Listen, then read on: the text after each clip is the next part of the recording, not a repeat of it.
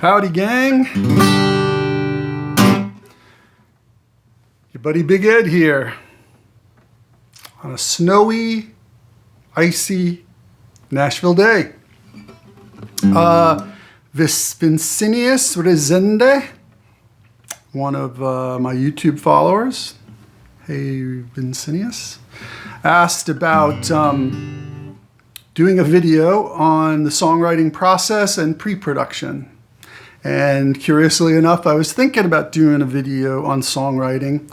The only reason, I haven't done one sooner is I see a lot of these people online that claim to be experts about it, and I've seen some of them. I've even what do they call? I sat in on their class to scope it out, and really wasn't digging it. They're just not coming from the same place I'm coming from, and they're too worried about money. To me, songwriting, music in general, is art. I know that sounds highfalutin. It's just the way I feel. And it's all about heart. Art, heart, and feeling. So, songwriting. That all applies to songwriting. Now, why is that? Because songwriting is basically, at its most fundamental level, connecting feelings between people. You're writing a song. You want to connect to other people. Hopefully you're singing about something that moves them or they can relate to. That's the big key with songwriting for me, is there something that they can relate to? Now, sometimes I've written songs that were for me, but other people seem to like them. Why? Because if you feel it and it's got truth in it and you're crafty, people can still dig it. But most of the time, you're trying to connect with other people who, believe it or not, you may think they don't have the same feelings, but they actually do. Now, there are universal things that people can connect with. The way I look at it is to start as a conversation, because all the greatest songs really, truly are conversations. Let's think of one, Tracks of My Tears by Smokey Robinson. Everybody knows that song, right?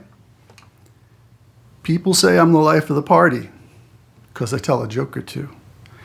You know, I might be laughing loud and hearty, but deep inside I'm blue. It's a conversation, right? It's an awesome conversation. Best of My Love from the Eagles. Every night lying in bed, holding you close in my dreams, thinking about all the things that we said, coming apart at the seams. We could have talked it over, but the words just came out too rough. It's a conversation. It's like that guy, that person is having a conversation with somebody who he's losing. So, just two small examples, but some of the songs I've written that have been received, or I don't even say received, that's a bad way to put it, but that other people have responded to were conversations like the song I wrote for Betty Levette. It's not in this key, but maybe we ought to think this through.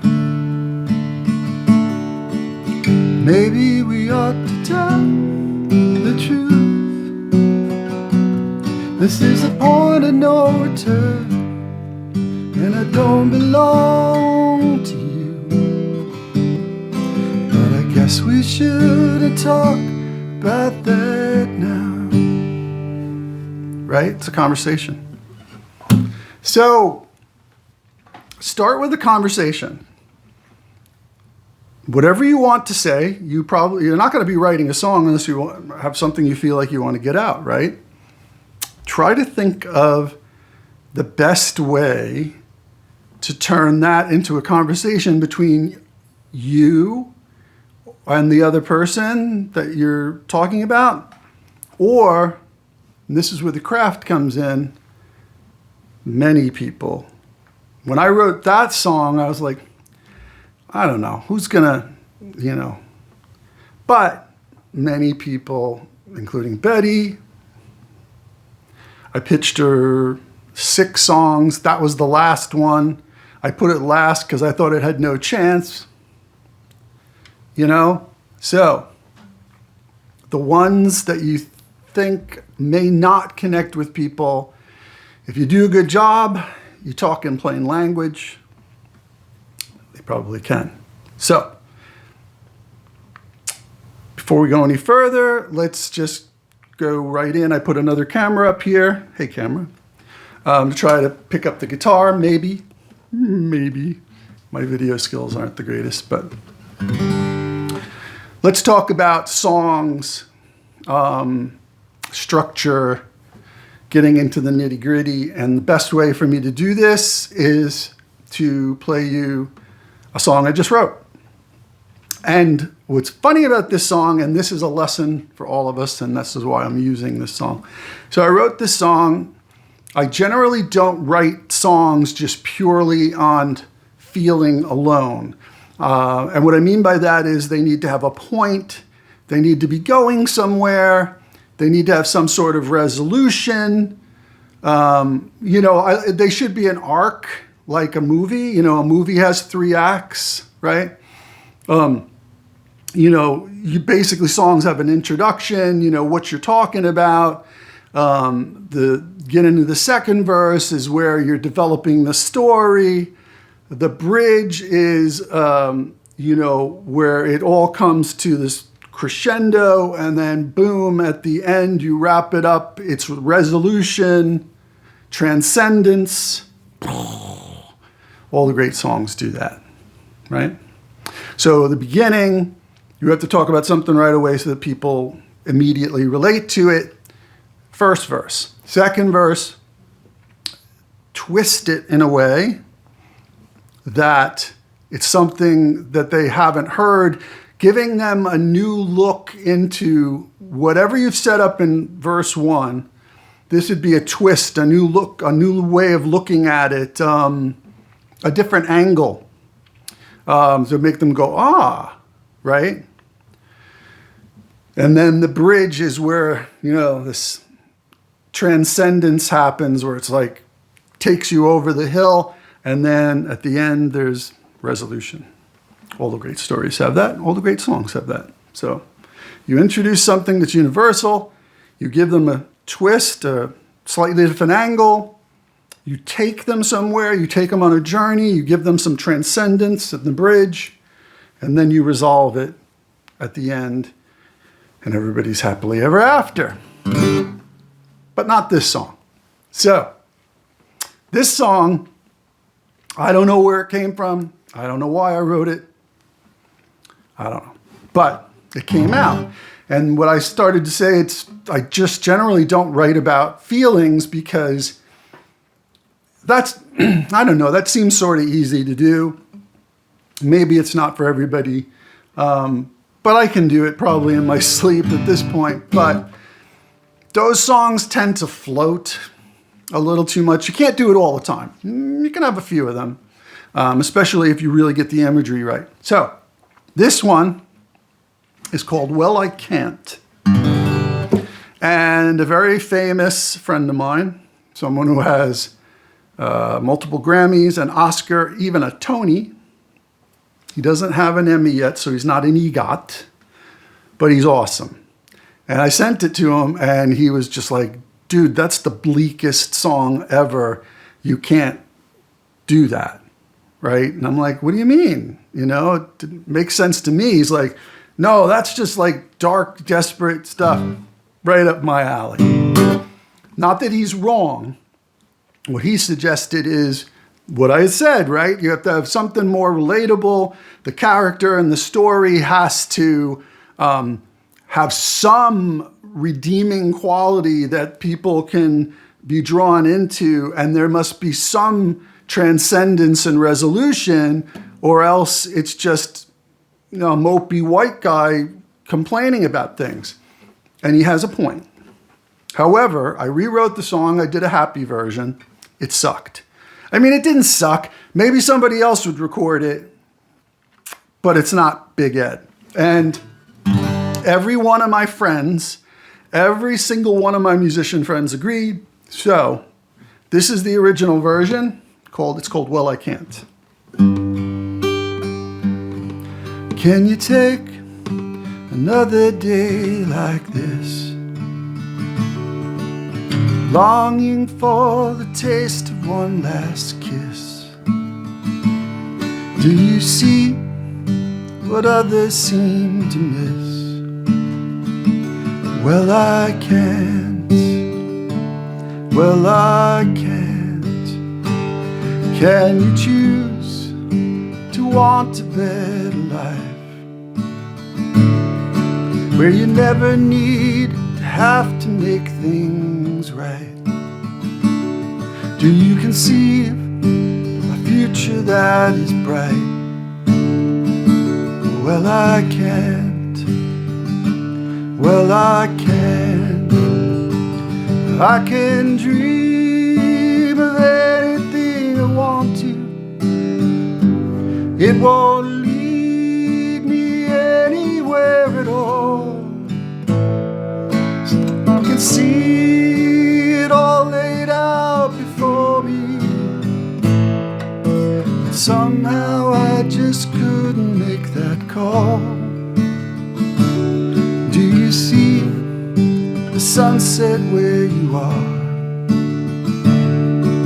And soon that old familiar star. Did you ever wonder how it got this far? Well, I can't. Well, I can't. I can dream of anything I want to. It won't lead me anywhere at all. I can see it all laid out before me, but somehow I just couldn't make that call. Even when I knew I'd take the fall. Can you choose to want a better life where you never need to have to make things right? Do you conceive a future that is bright? Well, I can't.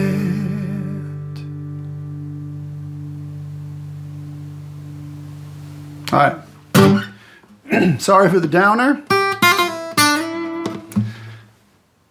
But it's not a downer to me.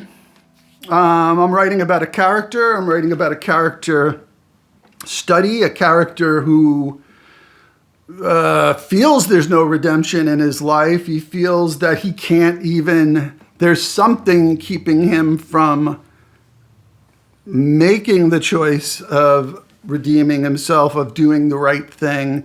He might be protecting somebody as well as himself, and he's just fundamentally unable to do so. And he understands this, which is the first step to getting help. So, like I said, every one of my friends, to a T, I mean, publisher friends, musician friends, journalist friends, they all were like, that's the one, not the other one. Now, there was nothing wrong with the other one. Yeah, I have it here. So the other one, I'm not going to play it all for you, but the twist is, can you take another day like this, longing for the taste of one last kiss? Do you catch what others seem to miss? Well, I can. Yes, I can. Can you choose to walk a better life where things still go wrong, but mostly right? Do you see ahead there is a light? Well, I can. Yes, I can. We can dream of anything we want to. It can lead us anywhere at all. I can see it all laid out before us if we're not afraid to make that call. Can you see the sunset where you are, that old familiar star? Do you wish it never got this far? Well, I can. Yes, I can. So subtle changes, but not as good. I don't know. Maybe it is. For somebody. Now, so let's get down to the nitty gritty. Why did I write such a bummer? Well, like I said, it was a character study, but it's how it made me feel. And look what's happened. It's how, like, every single person I've played it for is like, oh, dude, that's it. I played in both versions. I fully recorded both versions. Hopefully I'll put a link by the time this comes out below this video so you can listen to both. How about that? Listen to both, you tell me. But for me personally, going to play it for people, playing shows eventually when we're out of the pandemic, or just for me by myself, Well, I Can't is the one. So now there are a lot of weird choices in this character study. Yeah, it's a real bummer. One of the choices I made is that it would have a lilting, Roy Orbison-esque almost chorus. You know, so I can dream of anything I want to. It won't lead me anywhere at all. Right? So it's like, it's actually the physical notes that you're singing, that you're playing, that you're conveying with those bummer lyrics make you feel something. They make me feel something. And like I said, everybody I've played it for. So there's a lesson to be learned. Or a choice, really. Do you want to make money? Do you want to be rich and famous? Then maybe the second version, Well, I Can, is for you. But if you want to write really great songs and connect with people, I don't know. To me, it's the first one. So we can get into more detail about those choices later. Hopefully, like I said, I'll put the links below so you can listen to them and we can chat about them back and forth. Maybe go into more detail about these choices I made. But generally speaking, I don't mind imagery at all, and there's some imagery in this song, but it is a conversation, right? So I wouldn't get overwhelmed with imagery in your songs. I try to stick to a conversation. It's nice to be poetic, cool. I love Leonard Cohen more than anything, but his is a very special thing. You still need to have a conversation in there. So avoid too much imagery. Use it judiciously and wisely, usually to connect things in the conversation, maybe in the bridge or at the earliest, the second verse, certainly the last verse if there is one.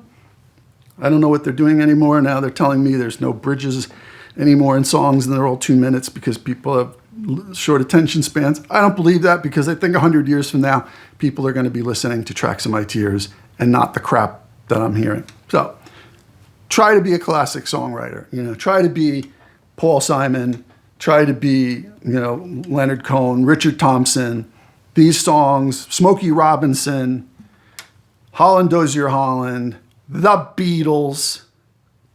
You want to shoot for something, shoot for the Beatles. This is advice that Scott Kempner gave me once. He's like, hey, you want to be, this is when I was starting out. He's like, you want to be a songwriter? Shoot for the Beatles. And if you fall short, at least you'll be good.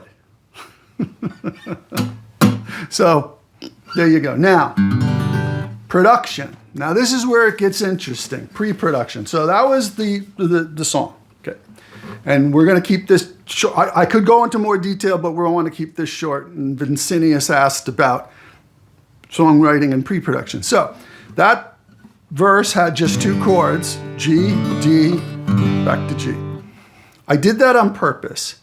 I didn't used to write this way. I used to have everything fully formed when I was the first 20 years of my career. Fully formed, arrangement, chords, production chords, which we'll get into in a second. Everything, structure, was all there.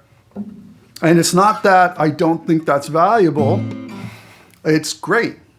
But what I found as I've gotten older and more experienced is that keeping it simpler first, okay, allows you to stick to the task at hand, right, is telling a story that you're going to sing, having a killer melody that's going to grab people, and a conversation, words, a story that's going to compel people to stick with it for the full 3.5 minutes. So keeping it simple, I have found, is the best way to go. But I have a band that with two friends of mine in Norway, and every song that comes out of that group is either built around riffs, jams, or experiments, and sometimes all three.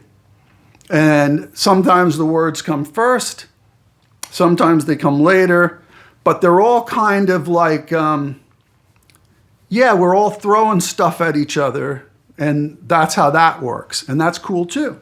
Totally different type of songs. So, and I've even, in the last 10 years, I never did this before. There was always music first, then words. Because I had to have a melody, I had to have a pattern, I had to have a feeling that I could write words into. I know most people do that, I think. But in the last 10 years, I started experimenting with writing the words first. And here's a great exercise for you before I get into the production stuff, the pre-production stuff, is that sometimes writing out a story, forget about meter, forget about rhymes. You can be thinking about it, but don't let it overwhelm you. But writing out a story, a full story of what you want to say, put it all on paper, and then look at it the next day, look at it the day after that, and then keep looking at it. And your brain will start condensing it. And you'll start thinking about rhymes, and you'll think about how I can say that differently to make that work in a rhyme, but not cheapen it.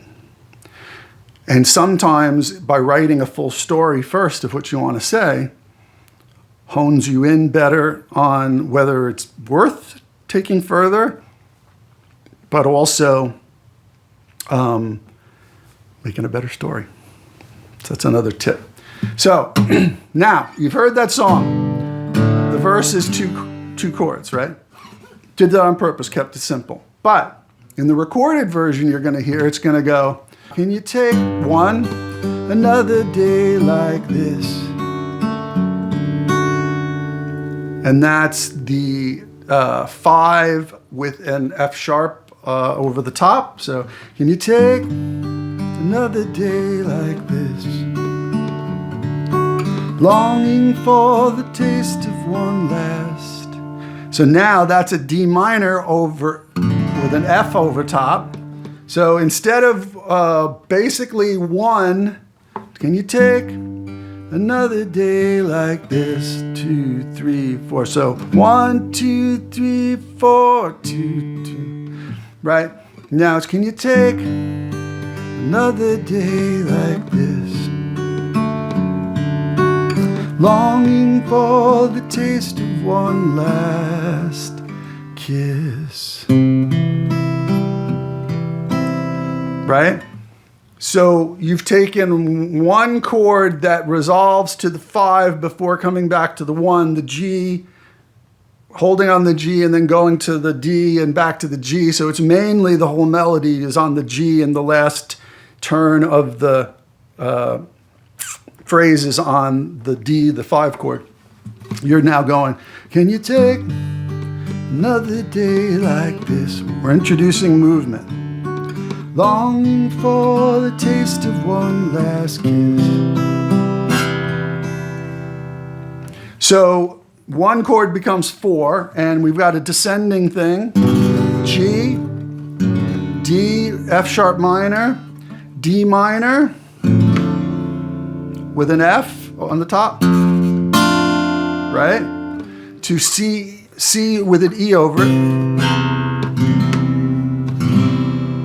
And then, do you catch what others seem to miss?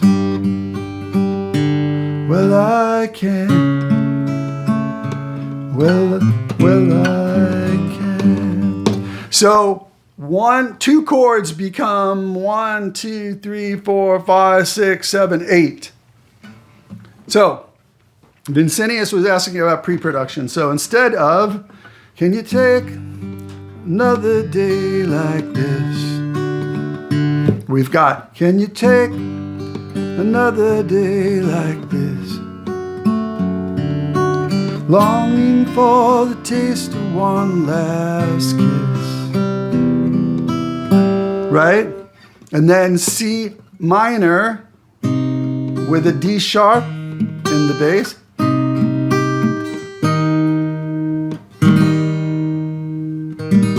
Right? To a G, but you don't hit, it's D over G. So it's,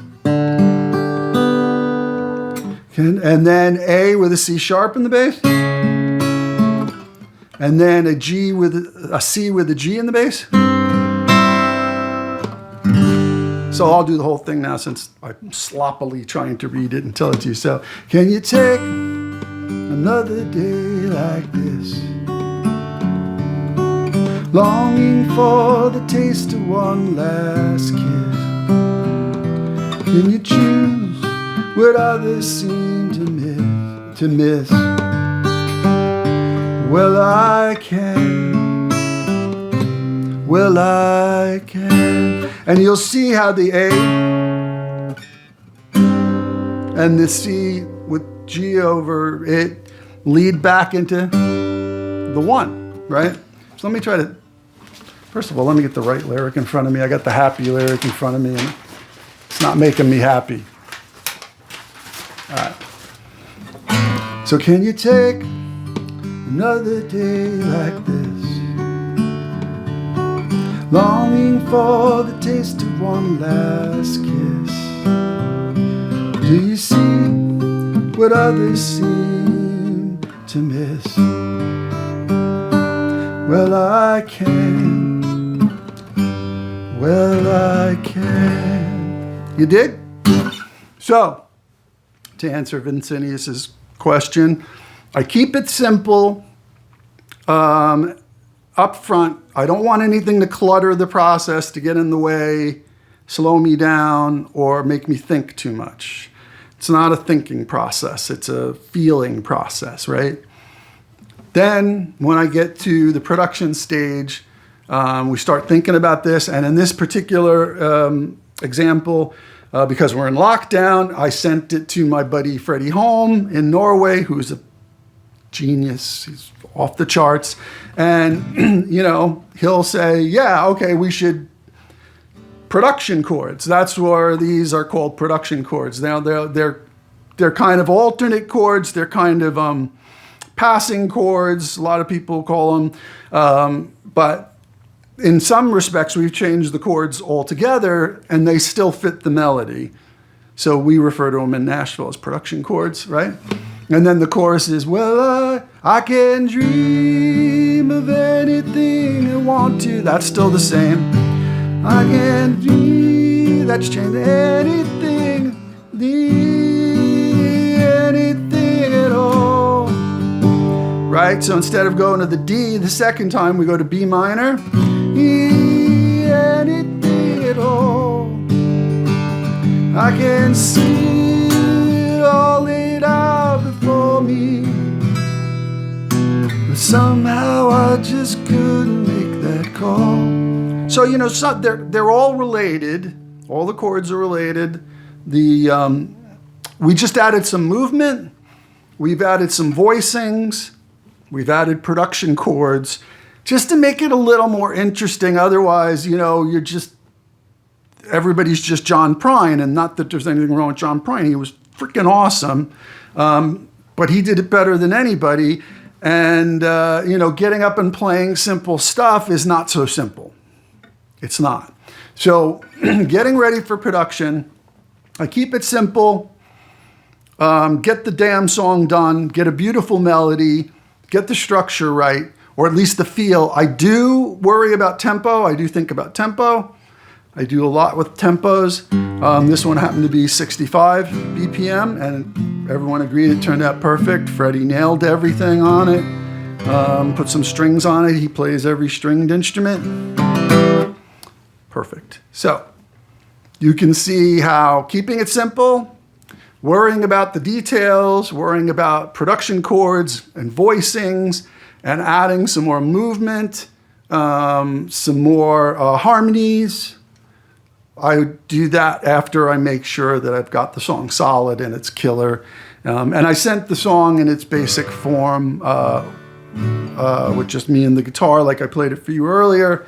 In that simple form, I sent it out to everybody, and they're like, yep, you got it, cool. Tempo's good, send it over to Freddie. So you got to think about tempo. Most popular songs are between 120 and 140, and in fact, more like 130 to 140, but 120 to 130 seems to be the magic area, but I think I read that like 75% of them were around 130 somewhere in the last 5 years. If you care about that, I don't. I care about what tempo is right for this song. If you're writing, starting with the tempo, sure. Oh, let's go 130 or 135. I don't care, whatever. And then we'll write a song. But if you're just writing a song, it's got a built-in tempo. That's how I look at it. And this one turned out to be 65 for me. I went into Pro Tools, put 65, put the click, did the acoustic and a vocal. Then this part comes, the production part. So then once and you don't have to make this decision to do production chords. It's not that big a deal. It's a big deal for me at this point because I don't want to sound like everything else I've ever done. Do you know what I mean? So it's nice to, because you're using the same 4 or 5 chords that you've used your whole career in just different keys. So it's kind of nice to throw some movement and voicing in there to keep it interesting. So keep it simple, find the tempo, then work out some production chords, and then start giving some serious thought to your structure of how you want to paint this picture once you've got it like this. And we can talk about that some other time if you wish. I'll leave you with one more tune. I'm not going to play the whole tune, but this is a song I wrote from my first record. I just happened to be in this key, so and it'll give you maybe a sense of how things can go. It's different from this. It's more imagic, but still paints a picture. Number 9 rolling down the line, watching the world blow past. Familiar scenes and memories going by so fast. I can almost see the station the way it used to be. It's been so long, they remember me. The streets I've walked 1,000 times seem strange to me today. I just can't find my way back in. Keys have been mislaid. Could there really be so much time between this place and these broken bones? I'm like a ghost condemned to drift alone. I'm too long gone, too long gone, too long gone, my friend. Too long gone, too long gone to ever make amends. We can talk about forgiveness, we can talk about the sin, but I'm too long gone to ever care again. All right, totally different, but definitely I think paints a picture. All right, so thanks. Hope it didn't bore you. Trying to be helpful. Blah, blah, blah. If you have any other questions, please don't be afraid to ask. I'd be happy to meet you below or do another video. All right? All right. See ya.